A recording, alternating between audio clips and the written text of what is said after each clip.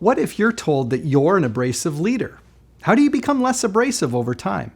I'm Greg Schenkel, President of Unique Training and Development and Frontline Leadership Systems, and in today's Leader Feeder, this is part 2 of a series. In the first one, I dealt with abrasive people that you interact with. But what happens when you're the abrasive leader yourself? So usually it's going to come to your attention because either your manager or the HR team is going to let you know that if people have been complaining about your abrasiveness in the way that you're dealing with people. And at first you're going to get a little defensive probably because you think that other people are just being overly sensitive when all you really wanted to do is to get the work done. But what if there's something to this abrasiveness? And that's something that you might need to deal with. So let's assume for a moment that there is the basis of truth in the fact that you're a bit more abrasive than you need to be.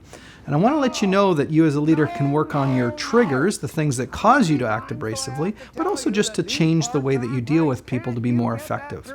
It isn't going soft to have you be less abrasive. It's just becoming more constructive. And generally by being more constructive, you're going to improve the relationships with people at work and quite frankly, probably outside of work as well. So I've got a few tips for you if you're an abrasive leader.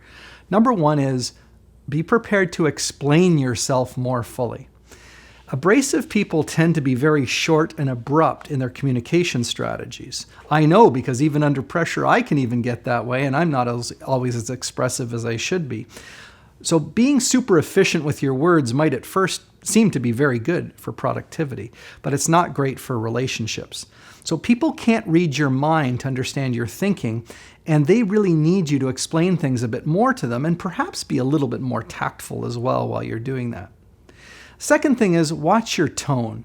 You know that communication is partly the words that you use, but a lot of it has to do with your tone and even with your body language. And I think if you're abrasive, there's a tendency for you to be very abrupt in your tone. You might be clipped or almost to the point where you're demeaning with the way that you say things. So if you could be more aware of that, you could learn to be more conversational and not accusational in your commentary. Because remember, your goal isn't so much to accuse people to make them feel bad, it's to get people to do the things that you want them to do in the way that you'd like them to do that. And you do that by being conversational, not by being punitive and negative towards them. And the third thing, which is a mindset shift for you, is going to be expressing gratitude. And expressing gratitude in general means that instead of being ticked off, which often if you're abrasive, you get ticked off easily, if you're in gratitude mode, it means that you're thinking of all the good things that are going on in the workplace. Even if it's not quite up to your standards of expectation, you know that generally what you're trying to do is move people forward, and you should be celebrating those gains as people are making improvements. So why not begin in gratitude? Be thankful for the things that people do, for the improvements that they make. You'll find that that will yield great results in your work life, but also in your personal life. Now, when you're seen as being less abrasive, you're going to see how much it impacts positively the work relationships you have with others.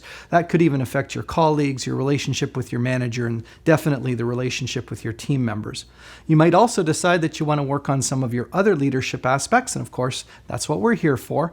We do leadership training in a very practical way for people in manufacturing operations so that they can become more effective with their people and generate really awesome business results. Now, these days, we're adapting by delivering training using our virtual training studio remotely to small groups of people in different places so that they can remain their social distancing. We're also doing it live in person, again, using a slightly different method. And of course, we have lots of on-demand tools. And you can access all of those or start a conversation with us at uniquedevelopment.com or connect with us on one of the social media platforms. I look forward to helping you even more on your leadership journey.